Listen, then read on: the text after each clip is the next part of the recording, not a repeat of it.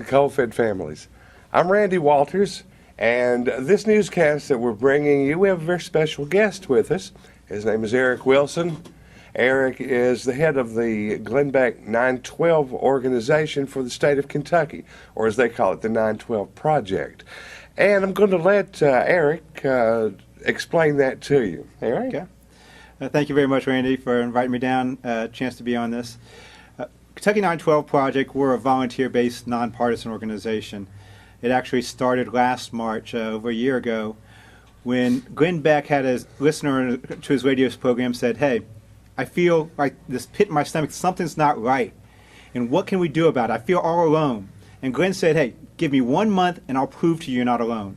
And that's what he put out the challenge for everybody to meet on March 13th last year, to come together and to prove to each other we're not alone. And that's how it all started. About 140 of us showed up together in Lexington, Kentucky, and saying, "Hey, we're like-minded. We have that same feeling in the pit of our stomach. We're throwing the shoes at the television set because we're frustrated about what's going on." And that's where it all started from there. And now over 2,000 people statewide.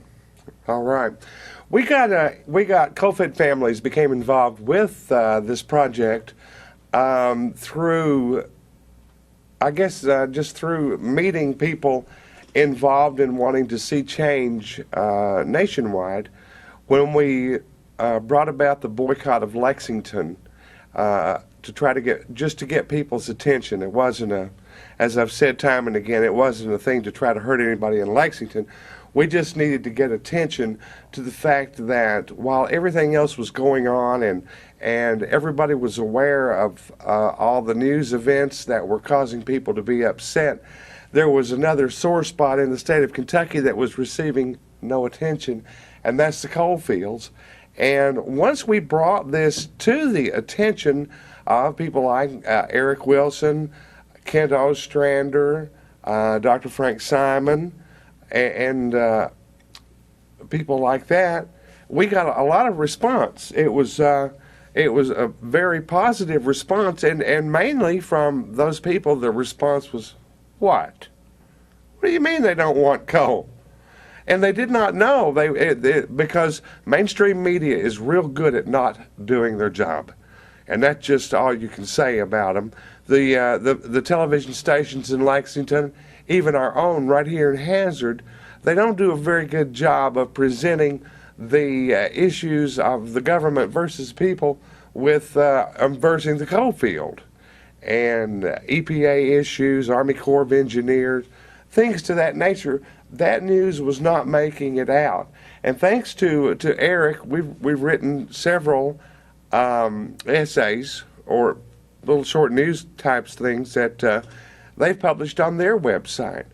And you know, thank you, because that has helped us draw more and more attention to the problems going on in the coal fields that are, without a doubt, going to spread to the people of central Kentucky, western Kentucky, and all throughout the South, with our coal business being put in jeopardy. That's exactly right. When we flip our lights on every morning, we have to thank, what Eastern Kentucky is doing in the coal fields here. And you don't get enough respect and enough light is shown on exactly what's going on with the, problems they have trying to take, coal permits away, not getting the coal permits.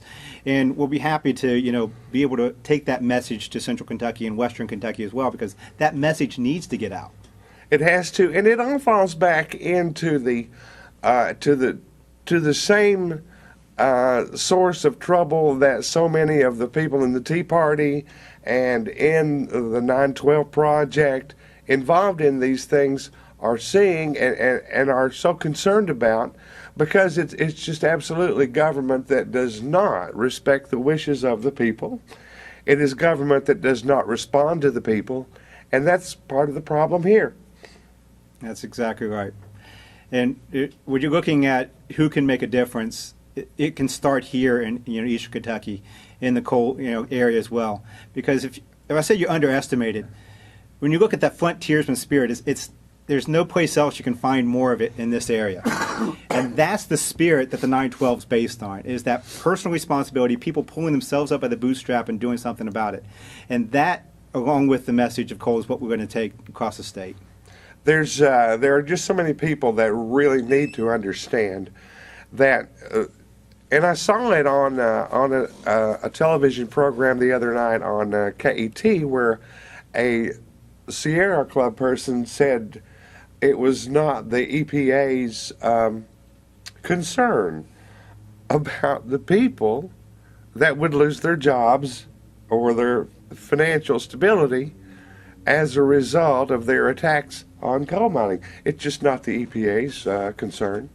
And that seems to be the attitude of environmental people that we run into and have dealings with so often, is that they don't care about the family part of this thing. No.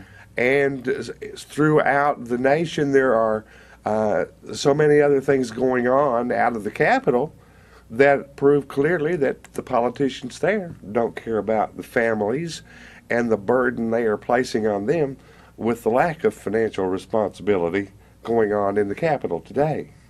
I would agree. Your organization is having a massive Washington rally coming up in August, and Glenn Beck is having his Restoring Honor Rally, 8/28. All right, August 28th, and you say you're getting ready to do one on the 27th. We're doing a reception the night before, on the 27th, for 9/12 groups around the nation. We did it last year for the 9/12 event. We had 28 different states represented. This year we're hoping to have, close to the 50 states represented. So it's going to be the night before. And it's going to lead up to the 8/28 event. The 8/28 event, if you know anything about the 9/12 event that happened last year in Washington, D.C., where the news media said, dozens of people showed up, that actually was about 1 million people, of our estimates, were actually in Washington, D.C. on that date. We're probably going to have over 1 million this year easily. So this event, unlike the Tea Parties, though, it's going to be a little bit different flair to it, where we're going to get back to having pride in our country. It's based on the 3 basic things of faith, hope, and charity. And it's going to have components of all 3 involved with it. It's not going to be a Tea Party in essence where we get up and we're complaining about what's going on in Washington, D.C. We're going into the footsteps of the Lincoln Memorial to once again gain pride and restore honor and restore the faith we had in our country again. And that's where we're going back to. All right.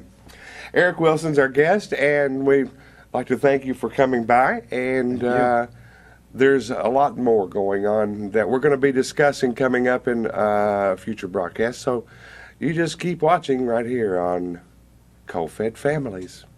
Thank you.